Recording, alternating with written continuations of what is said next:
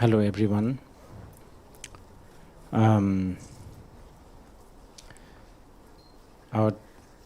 If I come straight to the topic, I think we are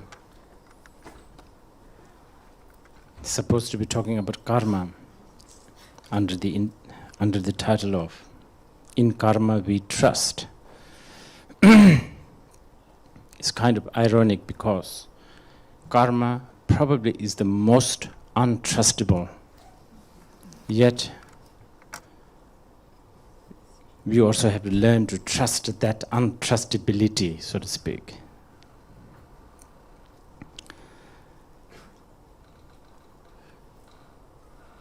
You must have heard this riddle, the chicken and egg riddle. That riddle is probably the most vivid illustration of what karma is. Karma is a very difficult subject. In my years of study in the Buddhist philosophy and metaphysics, I have to say the subject of karma is the most difficult.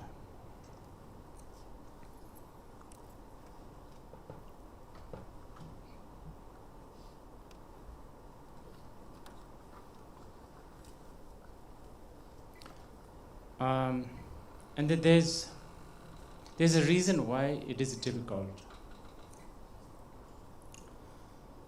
Because after a while, the human means or the tools, if you like, just simply runs out. We live in a certain zone where we speak a certain language, we use a certain sort of very limited logic and the measurement tools, so to speak. And that is just simply not enough to measure things that are beyond our conception. But here again, when we talk about beyond conception, immediately our so-called objective mind immediately come to a conclusion that we are talking about something mysterious and something mythical and something, something very supernatural. But actually, karma is not at all mystical. It's blatantly simple also. I like to engage this, whatever we are doing tonight, it would be good if you engage this through discussion, and if you like, some sort of analysis, and you can ask questions, debate if you like, because only through these tools we can probably have a glimpse of idea of what karma is. The word karma, unfortunately, is overly used, and it's now very, very, it's a very stained word. As a Buddhist, I feel I cringe when people talk about karma. When people use the word karma.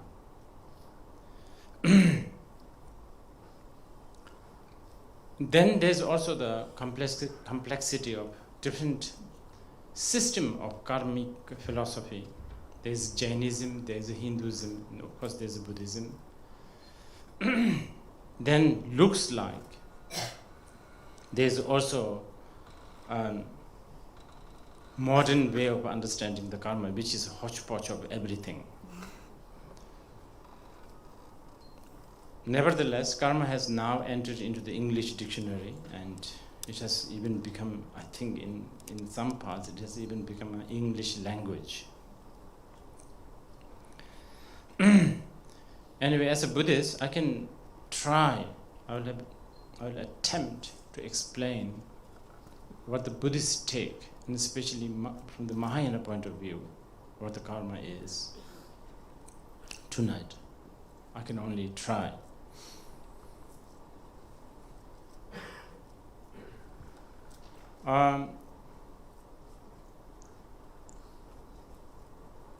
When we talk about karma, we are talking, at glance we are talking about cause, we are talking about effect, and we are also talking about an action, because when we talk about cause and effect, naturally there is an action, there's a movement. So we are talking about a movement also. So when we talk about movement, we have to talk about time. And when we talk about time, we have to talk about space. So as you can see, karma is not like, you do something bad and you go to hell. You do something good and you go to heaven. It's not as simple as that. If you really want to sort of go deeper into the world of karmic,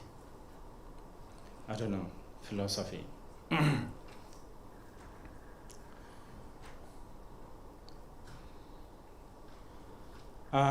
And all of these, cause, effect, action, movement, time, space, all of these are all vague. Scientists can talk about time and space forever and ever, but they are always talking something vague. In fact, lots of the Buddhist scholars would say, everything we say, all our words, when we say, oh, you look beautiful, is so vague. It doesn't mean much. Every word that we use is vague. Nothing is precise.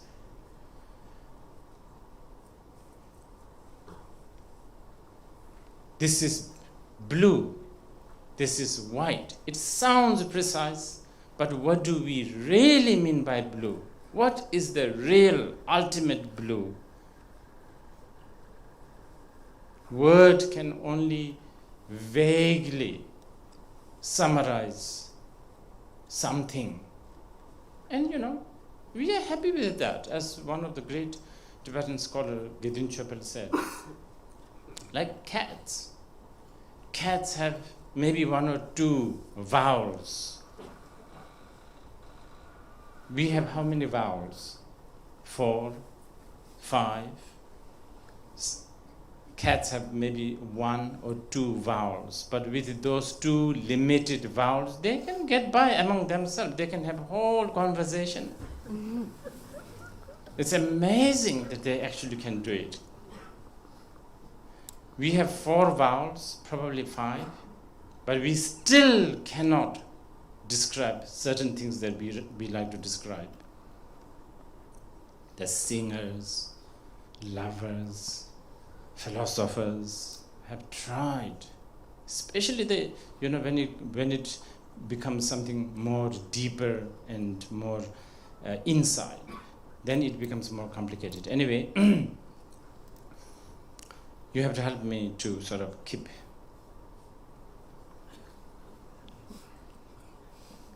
track on what I go here and there a lot. So if it's getting a little confusing, you have to really tell me back to the track. So we were talking about time, right? What do we mean by time? What is time?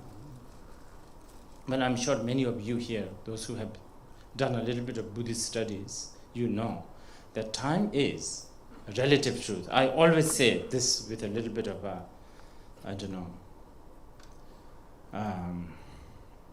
pride, I guess. I always say it's so unfair that the many West actually gave the credit to Einstein for finding the time as relative truth, because Buddha has found the time as relative truth 2,500 years before Einstein. The credit should be his.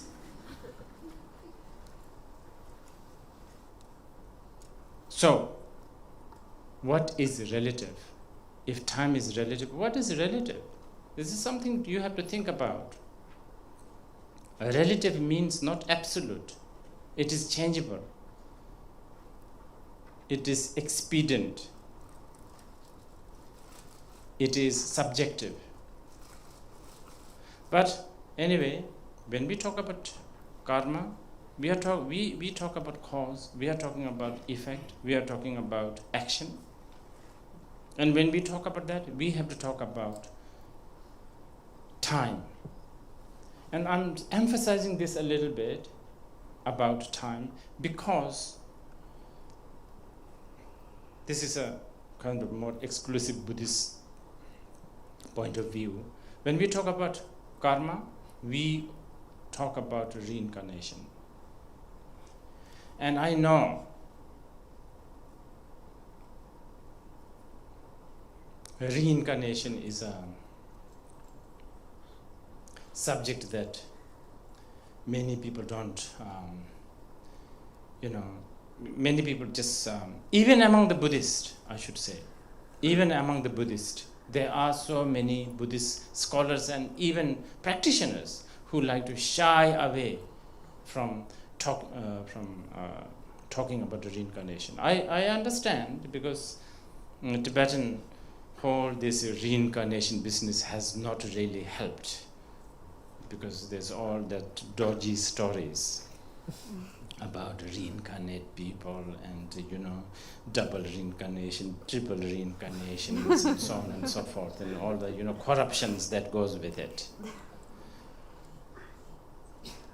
But reincarnation, as hopefully I will come to that in the later part, is a must. When we talk about karma, we have to talk about reincarnation. And that, by the way, is a very big subject again.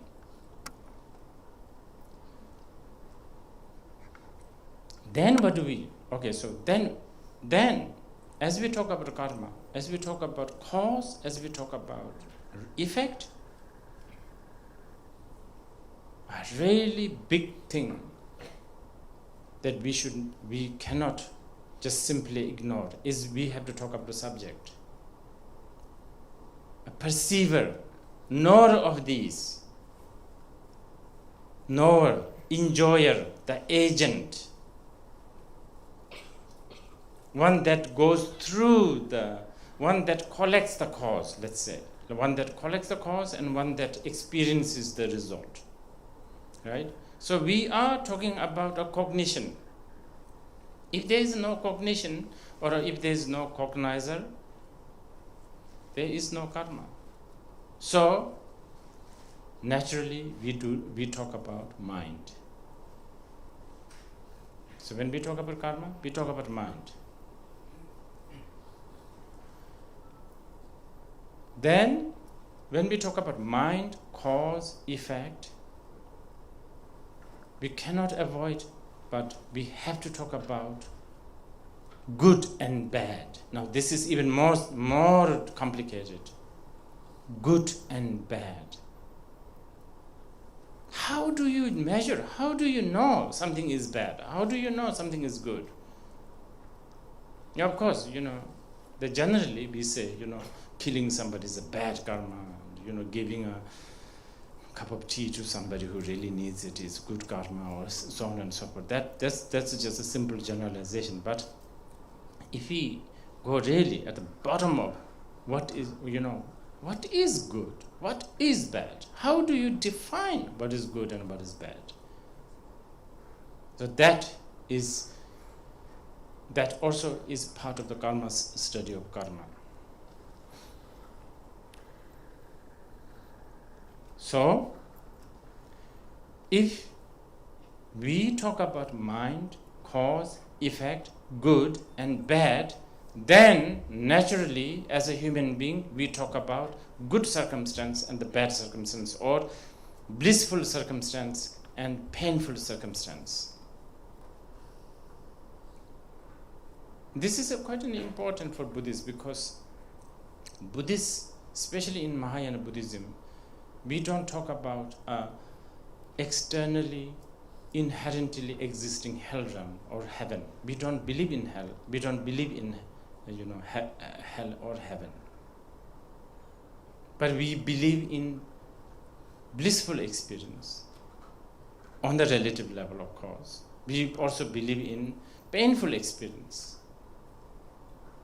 which can be labeled as human, about a heavenly experience and hellish experience. But before I go into this, really, it's a difficult subject, in the subject of karma. I'd like to point this out. If you were to ask, what should a Buddhist do? What is the duty of a Buddhist? Is the duty of Buddhists to avoid bad karma and to do good karma? Is that the duty of Buddhist follower? Absolutely not. You have to write this down. Absolutely not. We are, as a Buddhist, if you are a Buddhist, you are not supposed to collect. Of course, you are not supposed to do bad things, but to avoid the bad deed and to adopt the good deed is not your ultimate goal or practice. So then what is it? Your aim, your goal as a Buddhist is to go beyond both bad and good karma. This is what Chandrakirti, one of the greatest Indian philosophers, said. Idiots do bad things and go to hell. Idiots do good things and go to heaven. Only the wise ones go beyond bad and good and achieve liberation. So, good to, what do you call it?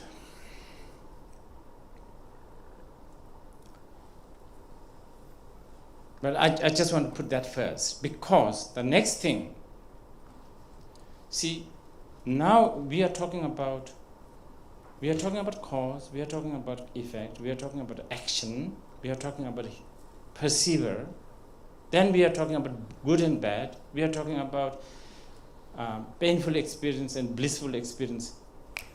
Inevitably, we have to talk about morality and ethic. So, morality and ethic. This is why often we hear, in our, ordinary conversation, as a Buddhist, you shouldn't do this. This is a bad karma.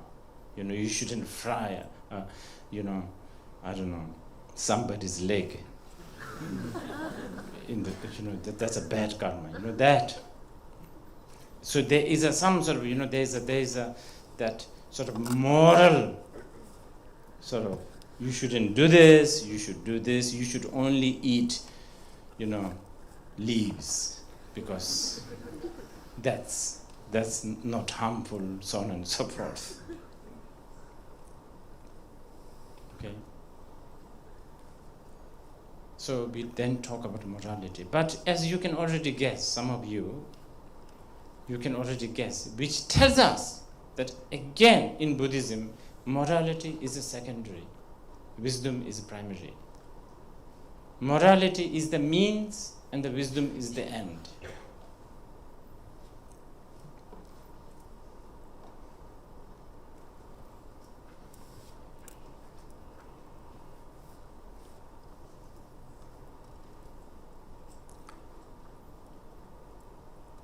What does this tell us? It tells us that for a Buddhist, actually, they, we as a human beings, we are afraid of death, usually. But as a Buddhist, we should be also afraid of birth. Death and the birth are equally troublesome. It's an equal burden.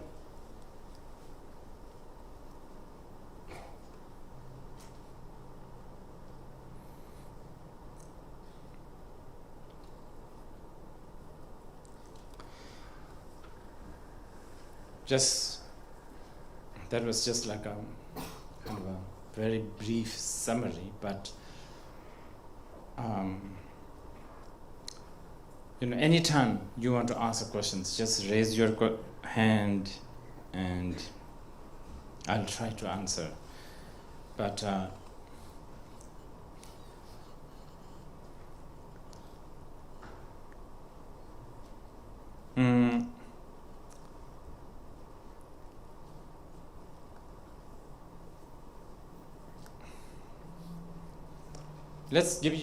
let me give you an analogy. Playing cards, okay? So because we have to now talk about, what do you call it?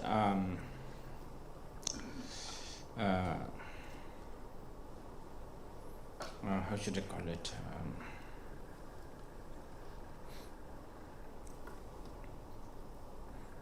Fatalist or predetermined, right?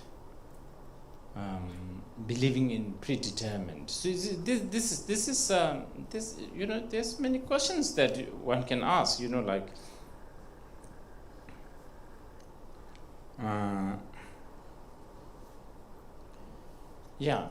The word is free will. Free will. Okay, so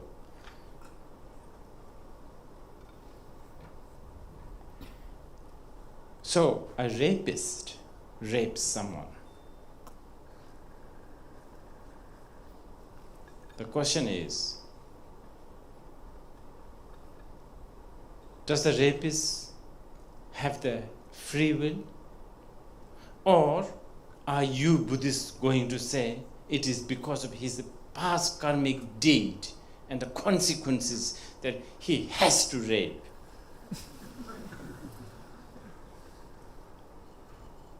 It's like after 11 o'clock, it's no matter what, it's at 12 o'clock, right? It's like that. So are we saying that,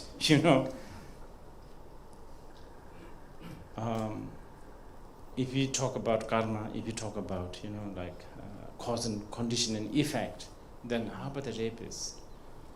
Does he have the free will, or, is he forced by his karma? And also, should the victim try to seek justice, try to sort of correct it, or should the victim just blame it to himself, her or herself, saying that, okay, so this is my past life's karma, I'm being raped, that's it. So one could ask these kind of questions. And I think probably we could just handle this question first, I don't think we have, there's many other questions, things like, okay, what is this transferable karma? Transferable, okay, like, wish me luck. Can you please pray for me? Can you do some fish release somewhere in, other side of Singapore, so that this side of the Singaporean will receive the blessing of it? What is this transferable karmic consequences? So there's that. we could, I guess, I don't know whether we have all this.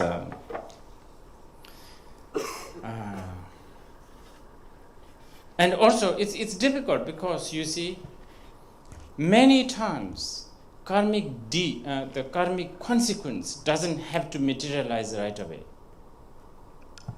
Buddha himself said, like the bird flying deeper into the sky, there will be no shadow. But sooner or later, the bird has to come down, because just, the bird will not make it all the way. Has to come down. And when the bird comes down, the shadow is there. So there's all that sort of, I don't want to say the word hidden karma. These words are so overly used, hidden karma. But anyway, there's that.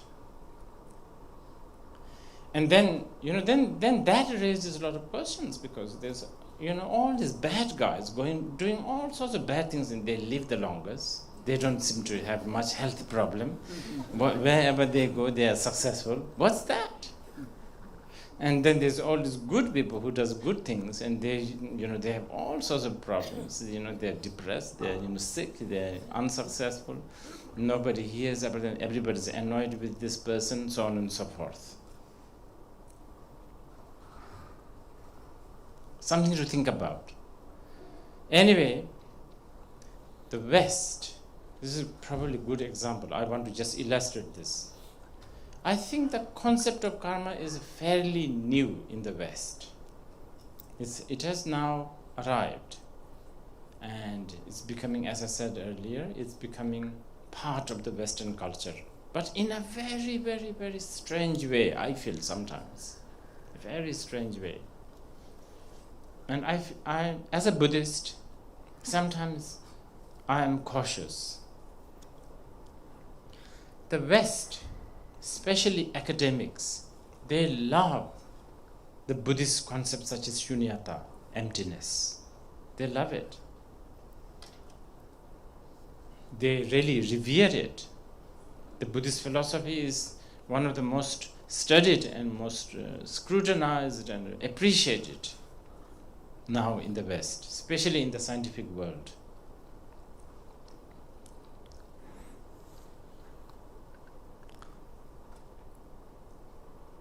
Now West, especially the scientific world, is supposedly,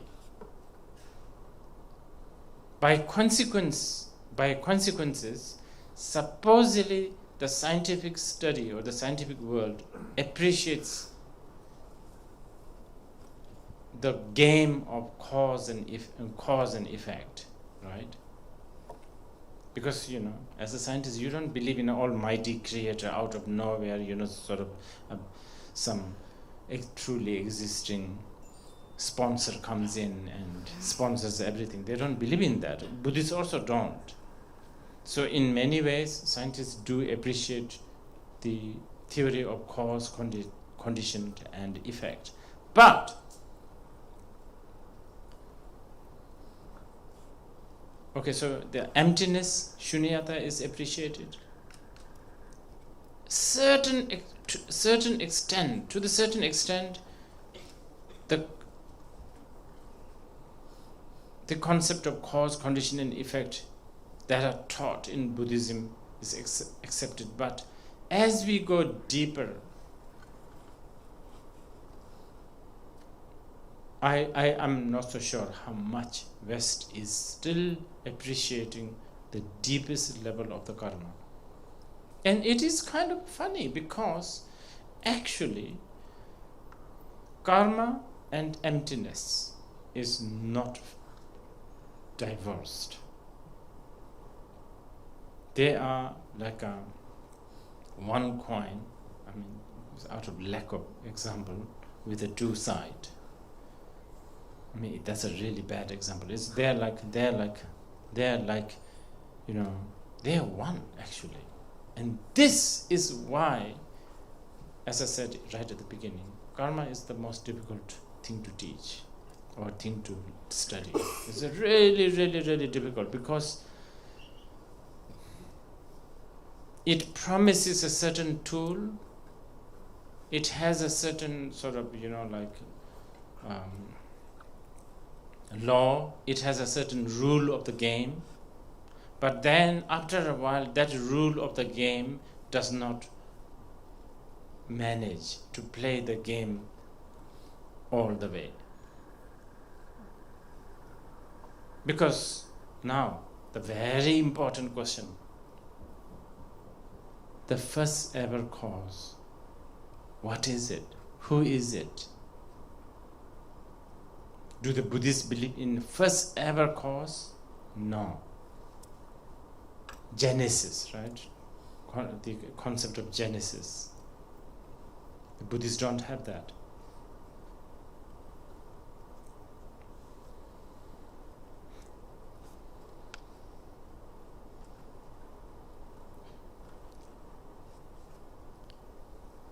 I was going to give you an example of playing card.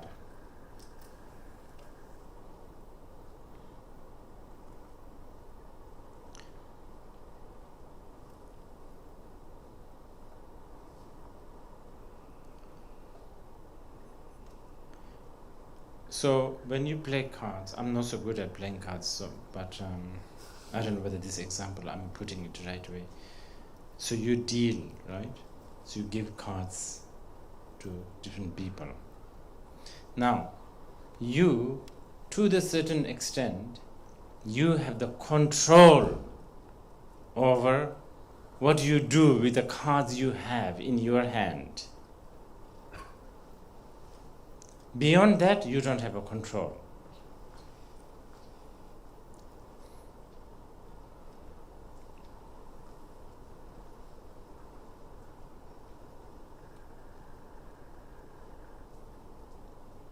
Beyond that, you have no control. Okay, what are Buddhists trying to do here? Buddhists are trying to not deal the card. And if somebody is giving you the card, learn to say no, so that you don't even have to play the game. That control we are supposed to have. But in our case, we already have thousands of cards in our hand, so it's not that going to be it's not that easy. But that's the, what do you call it? But here again, I have to qualify this more meticulously. You can accept, if somebody is dealing the card, you can accept the card, but with the awareness and with the compassion. Then you are not caught by the game. If you are not caught by the game, you're all right. Karma has no power in this case. But for us, when we play the game, initially probably it's a game, but you get caught by the game. Endlessly, months after months, years after years. And it develops habitual patterns, which is basically addiction. Karma is very addictive, it's very addictive. I mean, I'm talking about all kinds of addiction, infinite amount. I'm not talking about like addiction to cigarettes, addiction to, like alcohol. Those are like kindergarten level of addiction. You understand? There's like so many amazing addictions. And some of them are like, some of them may seem innocent, like addiction to Japanese stationery. But that could be the one. That could be the one that takes you to the real, deeper problem. We never know. Remember? Cause, condition, and effect. Anyway, I think that's this is kind of very vast. So if you can please ask some questions, I would know, whether we are even communicating.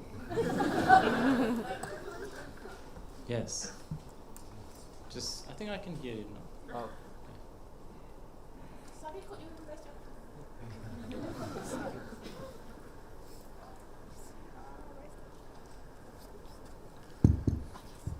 Hi, Rinpoche. I'm just curious, when you say Buddhists, we should go beyond good and bad karma. What's your view on those Buddhists, Tibetan Buddhists who try to go against the political suppression and burn themselves? What is your view on that? Because I understand your teacher of the Durga monastery, he went through the Cultural Revolution and came out refined as gold. So, what is your view on those Tibetan Buddhists? The gold bit I didn't hear, but Oh, he went through the Cultural Revolution and came out refined as gold. oh, who? Chokri, what's that? The teacher who was imprisoned in China, who helped you set up the monastery. Okay, I guess the refined as a gold bit is, I don't need to answer anything about that, do I? Because that's just a poetic expression.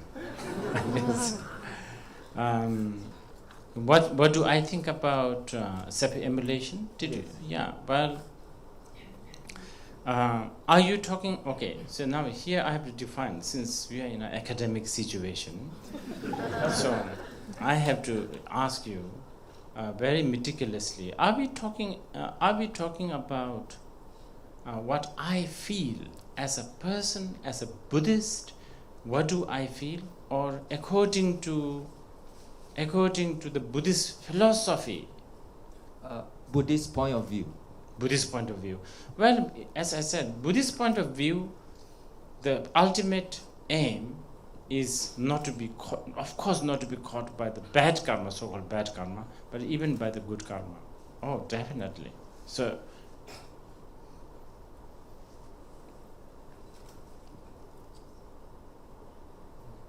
okay, next question. You talk about reincarnation. I'm curious about your futuristic reincarnation. Can you tell us more? That one I will. Okay, I guess I have to defend. What do you call it?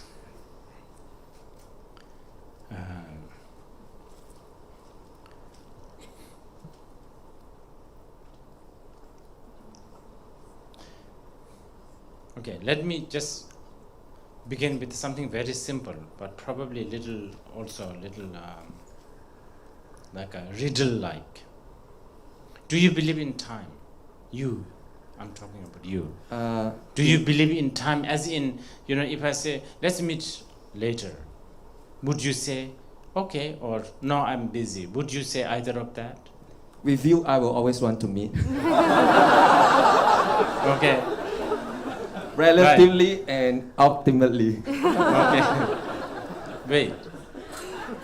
So, which means that you actually believe in a time that you can fix, you can schedule, so to speak. So you do believe in time. So what I'm trying to answer is, if you believe in time, then there is no reason why we cannot establish the logic of reincarnation. It is as simple as that. Okay, let me explain this a little bit. No Buddhist scripture has stated ultimately there is a reincarnation. No Buddhist scriptures has said that. If you read Hat Sutra, for instance, one of the most important liturgy, one of the most important document in Mahayana Buddhism, it has stated forget reincarnation, even the enlightenment, even the concept of enlightenment is just an illusion. So reincarnation is, of course, the most gross form of illusion. But we are talking about a relative. On the relative level, reincarnation exists, just as a head exists on your neck. It's as simple as that. But now, there is a problem of translation. The English word reincarnation probably is not doing the justice. In Tibetan, the word is yang si. Yang means again. Si could mean possible, exist, or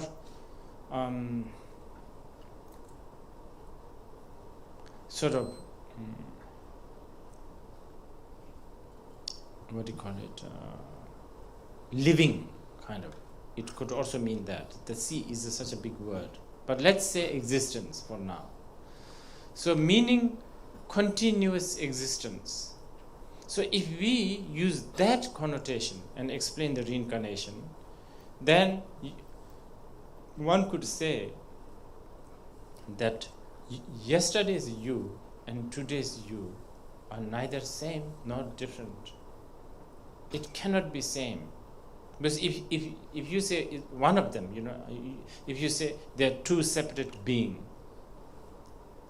then whatever you did yesterday would not have any impact today.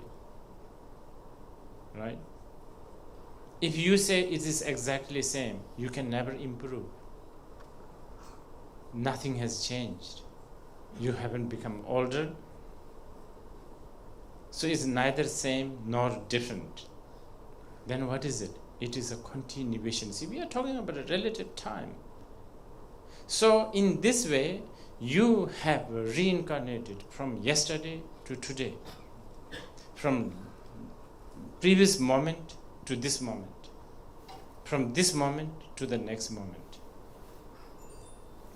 Now the concept of the next life, I know where things becomes very complicated is when we talk about, okay, see, right now we all walk like this as a human being. And when Buddhists say, well, you may reincarnate as a butterfly and fly over these walls and look from above. This is when then things gets complicated, isn't it? In the minds, and then we think, now how is this possible? So this is actually good that you ask, because I was going to talk about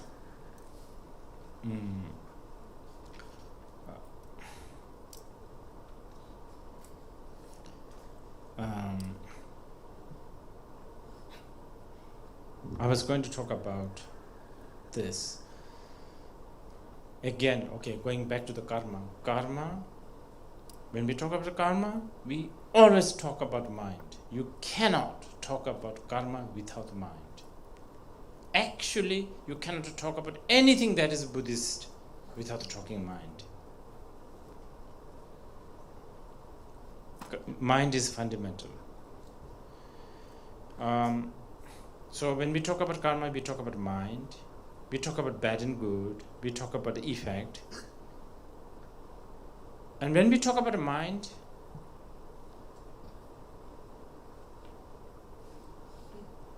and cause and effect, and movement, we then talk about habit,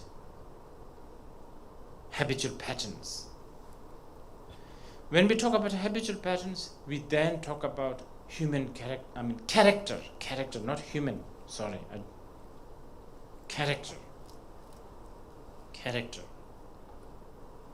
Similarly, when we talk about cause, effect, movement, all of that, we also talk about perception.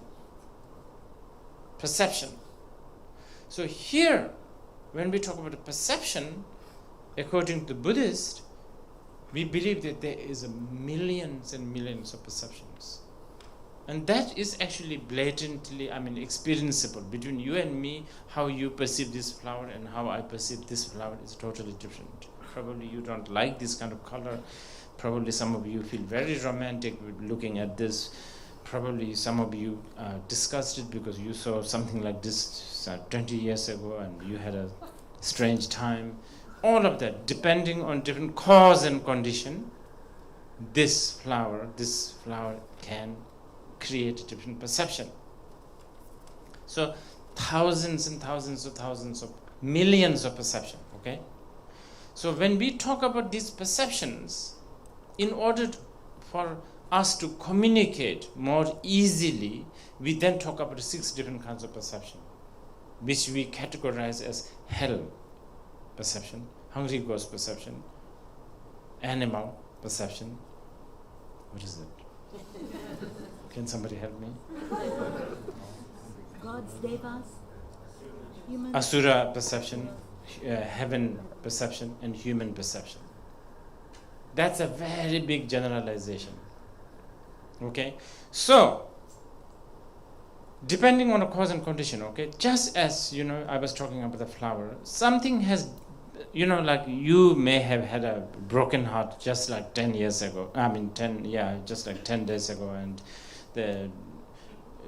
your friend have always used to bring this type of flower, and even the sight of this makes you feel so empty and life has no meaning, so on and so forth. And somebody who is a very hardline Buddhist who really loves in making offerings to the Buddhas, for them this is an offering substance, so a different perception, caused by different kind of conditioning and cause. So you could have collected a certain cause and condition that then, we are talking about a big cause and condition, then makes you have wings. Small wings though. But basically butterfly I'm talking about. So then you begin to act like butterfly. And you are butterfly. You think like butterfly. I don't know. By then this is even a flower for you. This is something else.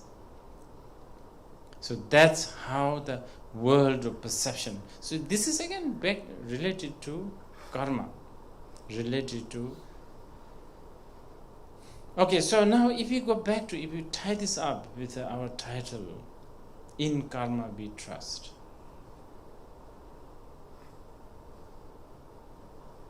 Because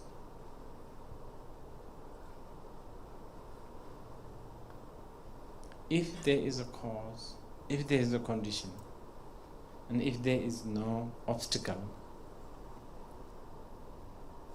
if you are planting seed of this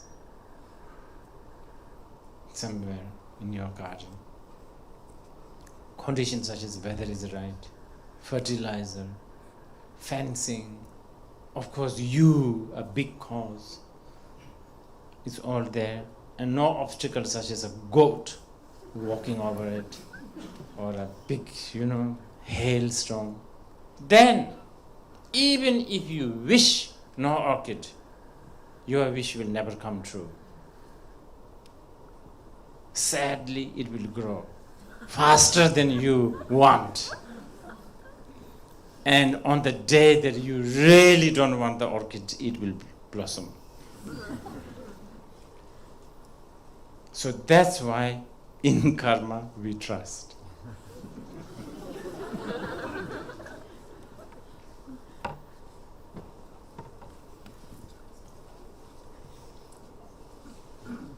Okay, yeah. Sorry, Rinpoche, I really like your playing cards analogy, but I seek some clarification. Okay. So you said that we deal, and to a certain extent, we have control with the cards in your hands. Yes. Beyond which you don't have control, because we don't know what's inside the cards, right? Yes. Then Buddhists are trying not to deal the card. What do you mean by that? Well,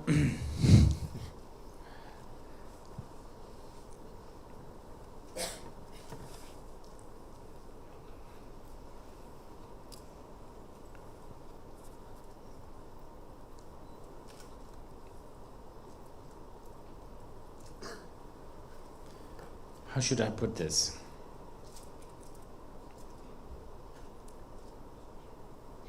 Okay, first, very simply, not to even play the game. Only if you want, the only reason you will play is out of compassion and with awareness. Then it's more or less like as a mother, you also actively build a sandcastle with your kid and totally knowing this is not true. Right? And when about the evening comes, you say, let's go home. You can let go of this giant sandcastle, no matter how beautiful it is. But you play during the daytime because you need to sort of entertain and lure this kid, educate this kid, I don't know, some other reasons. That is the only reason. Other than that, you aspire, you work hard, never to even play the game. That's what I mean. I was quoting Chandrakirti's quotation, remember? If you're idiot, you go do bad and go to hell and etc. Thank you, Rinpoche.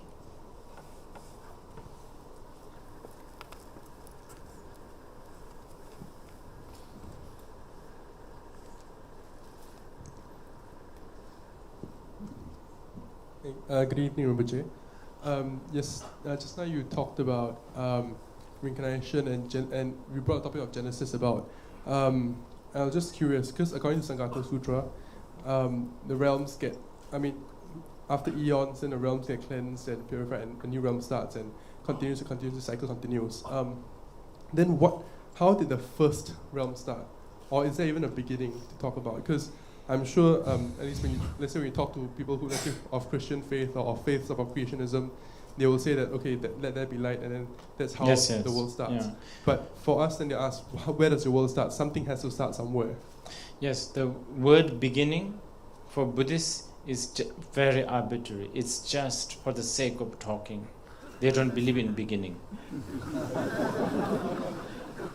For the sake of convenience, almost like 7-Eleven, you understand? For the sake of convenience, Buddhists believe in presentness, present moment. If you go to any Vipassana, course or Zen center, be in the present moment, be here now, drink your coffee and just enjoy that, so on and so forth. But it's just for convenience. They don't believe in that. So, because you see, the moment you actually make a big deal out of the beginning, you are basically saying time is not relative.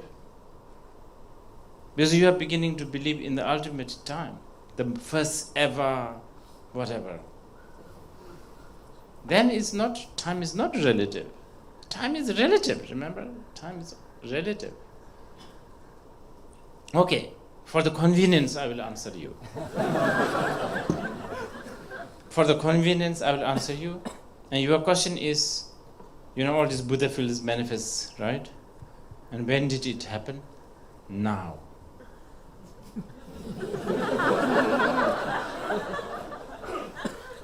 As we talk, it's being constructed.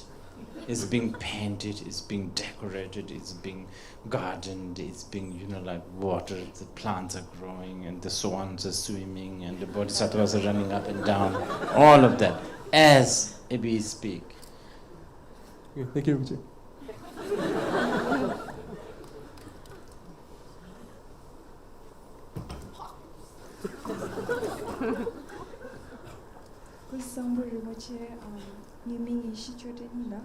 I'm a student here at NUS, been here for 3 years. My question is, I would like to follow up on something that you said earlier. You said sometimes karma can also be discussed on if we have the free will to determine the cause, and us being one of the cause to inner condition. So eventually, do we have the free will?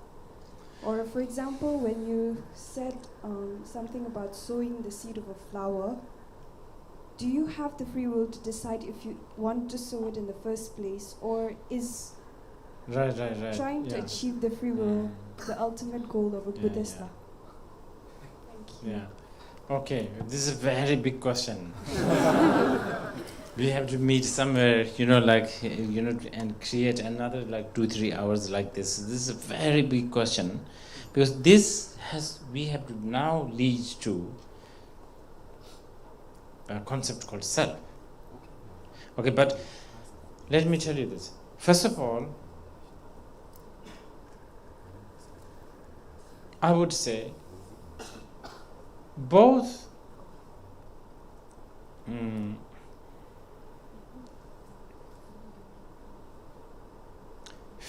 to the certain extent, both free will and the opposite.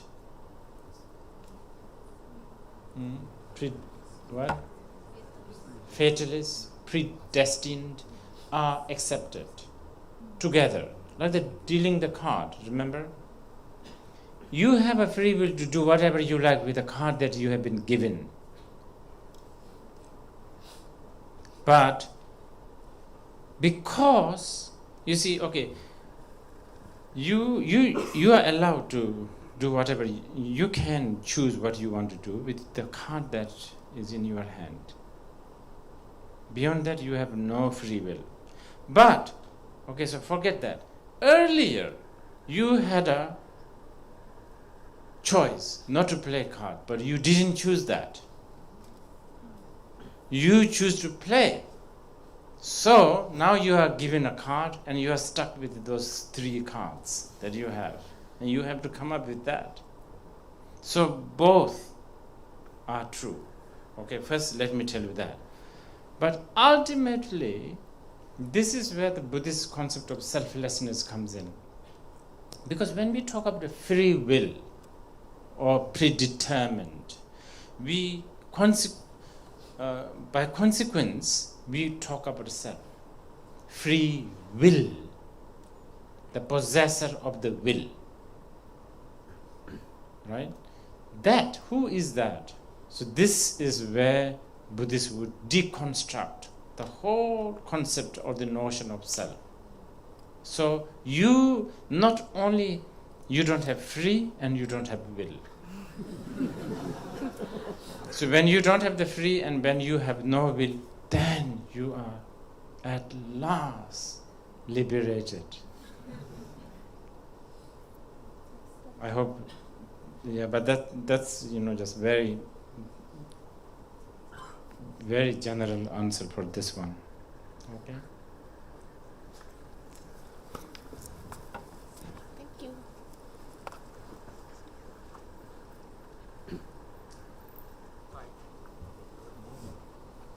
Yes.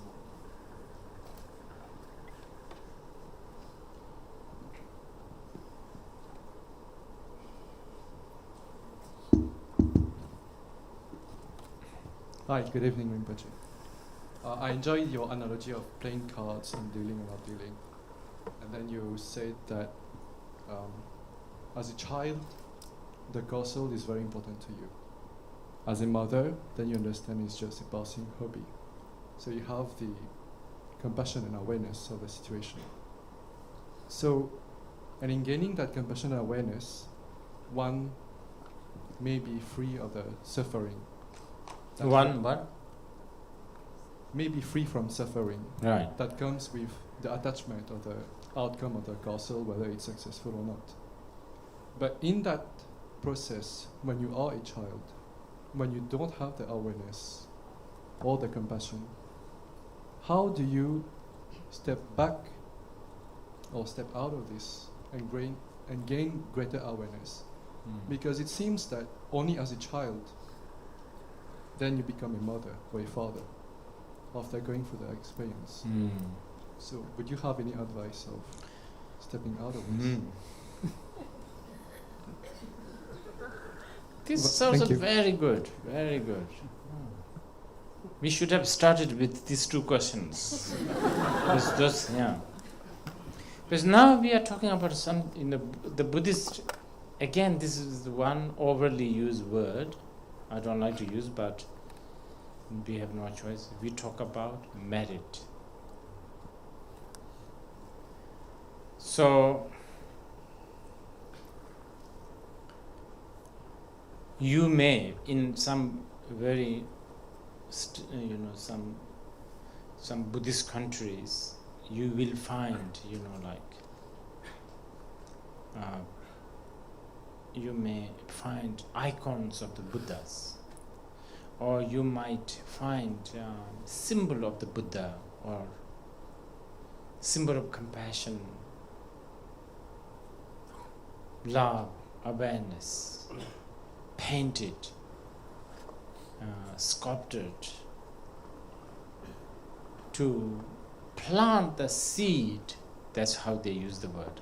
Plant the seed of that awareness. So you will find, like one of my teachers used to, every time a cow walks by, he will very loudly chant, Javarinchen Tuturjana Chatsalo. This is the name of the Buddha. Name of the Buddha, the Tathagata, I think Rana Ushinisha. It's a very important Buddha. The Buddha whose main aspiration when he was a bodhisattva was that he aspired that he, even upon hearing his name, all beings, and especially animal beings, will have a karmic connection to him. So the practitioner, the follower of these people usually do that. And many times not just cows, even like human beings. They will. And once I asked, why to the human beings? I thought the bodhisattva only was for the animals. They said, well, of course, bodhisattva is not only helping the animal, but he said that many human beings are basically animal, especially these days, he said.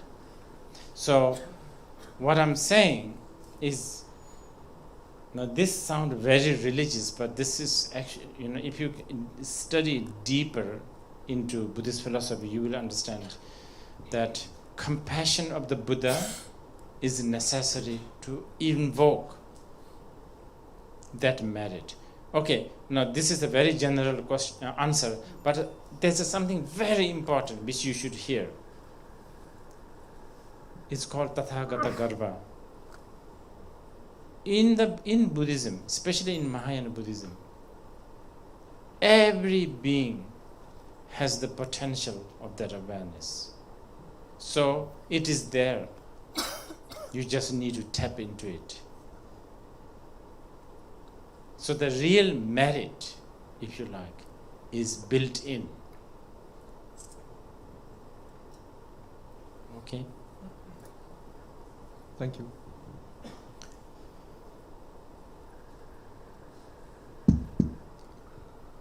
Good evening, Rinpoche. I refer to your concept of living in the present. As a layman, I spent a lot of time worrying about tomorrow, worrying about 10 years later, worrying about 20 years later. So is a concept of living in the present convenient of complacency, or are we living sort of an ostrich mentality of living in the present? I didn't get the second part of the question. Is the concept of living in the present, believing in the present, convenient of complacency, or a concept of ostrich mentality where we refuse to think about what's going to happen next? Yeah. Well, that really depends on your aim. You understand? That really depends on your aim. What is your goal? And your definition of complacency and success and goal really depends so much on that. Because if your goal is to be successful in the Wall Street or somewhere like Orchard Road, then being in the present is the biggest waste of time, I'm telling you. It's the most useless thing to do. I mean, of course, nowadays, in the resorts they teach you how to meditate. But those meditations are just like resort meditation. It's basically to make them sort of more energized so that Monday comes. Come Monday, they'll be as vicious and even more vicious and destructive to oneself and others. Right? That's what they are, basically. But if your goal is, something else, that one really depends on your goal. Yes, but it is a very valuable question. Many parents who are kind of very ambitious, whose trying to sort of protect their kids from going to different temples or meditation centers, they would be very much worried about this. It's like, what a real waste of time. I mean, doing nothing. Literally doing nothing. You don't even burn calories. Just sitting there.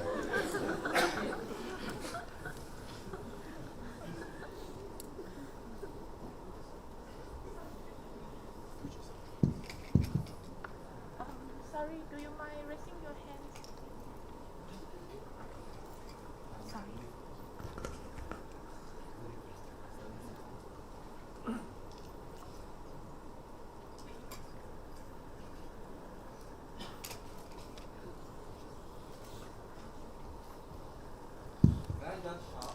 Yes.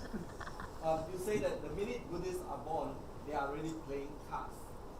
Buddhists, not only Buddhists, everyone. So do you really believe in this thing called purification of karma? And if we do, then how can we do it since we already have so many cards on hands? That's easy. If you believe in being dealt, then you have to believe in end of the game, right? Of course. That's easy. This is actually the reason why we believe in purification is because it was constructed. This is where the Christian and Buddhist might differ also. Major difference. This is what Buddha says. You are your own master. Nobody is your master. Only you can purify. Only you can liberate yourself. So is it right then to say that if I don't believe in karma and I don't believe in merits and I don't believe in dedication of merits, might easier to be liberated in that sense? Okay, I will answer you that one. If you really, really don't believe, yes. But I don't think you have even a minute ability to really not believe. Because moment a pimple grows somewhere, you will end up, rushing to the pharmacy and trying to fix it. It's difficult not believe, this.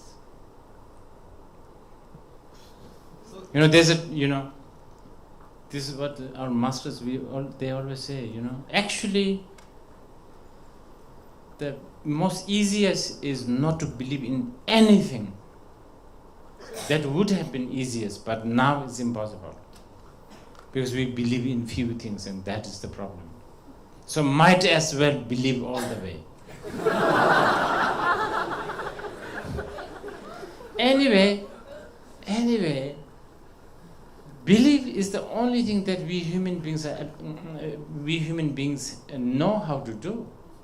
Whether you are a scientist, whether you are a philosopher, whether you are a politician, belief is the only thing that we have. What else do we have? Nothing.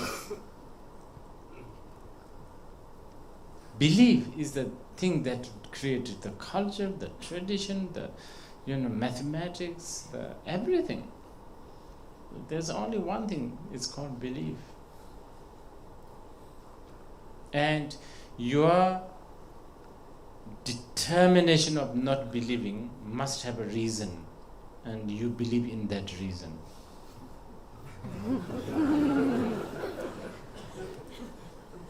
And that's also a belief. So can we say that believing in emptiness is also a form of belief then? Oh, Nagarjuna have said that. Nagarjuna. I don't even have to say this. This is long time ago he said that. The Buddha himself said that. Buddha himself said actually if you have a mountain-like ego, he said it's okay. Of course, it's very, very not good.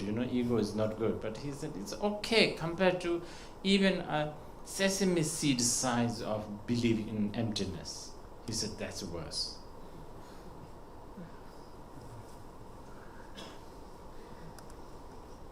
I don't know about other people, but I'm definitely confused.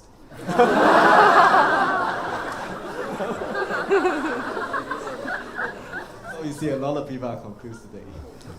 So it's okay, because confusion is actually like the hue of karma.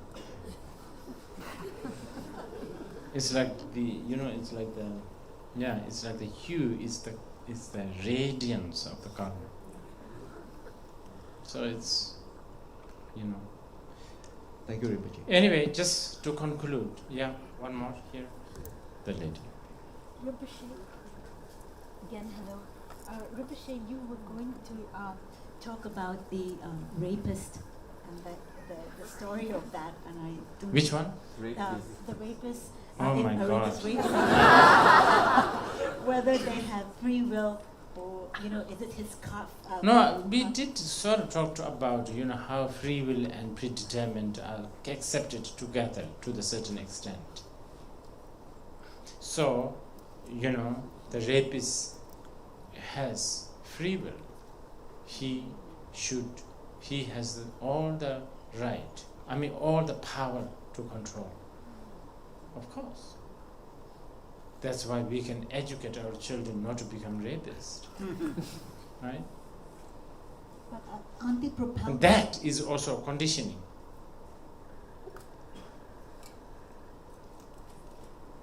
Okay. Well, I will conclude this. Karma is a big subject. Of course, I've said this again and again. But one important thing though, karma is not an irrelevant subject. It is a very, very relevant subject. If those who live in Wall Street, Orchard Road, White House, Kremlin, what is it? Diet, right? Japanese parliament. What is it called? Diet. Zhongnan Hai. If these people have a little understanding on karma, basically understanding on cause, condition and effect, basically understanding the illusory aspect of cause, condition and effect, basically understanding whatever they are doing, it's going to have an impact to the world, not now only, but in 30 years, in 40 years. What they are going to do will have an impact of, in 30 years, Singaporeans will give birth to children who have 3 ears, 4 nostrils.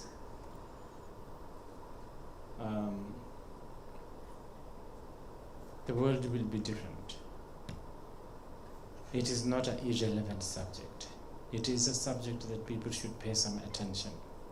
And I'm not even talking about moralistic sense. I'm talking about pure science of cause, condition and effect and its illusory nature. Thank you.